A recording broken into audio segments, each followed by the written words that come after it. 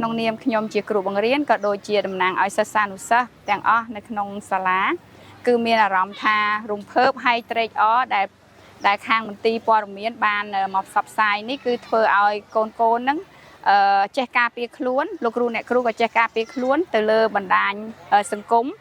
ដែលធ្វើឲ្យមានផលប៉ះពាល់ដល់ការចែកចាយព័ត៌មានបន្តចំពោះព្រឹត្តិការណ៍ព្រឹកមិញនេះគឺ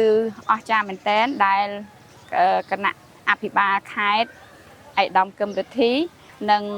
លោកស្រីប្រធានមន្ទីរព័ត៌មានប្រចាំខេត្តព្រះវិហារបានអញ្ជើញមក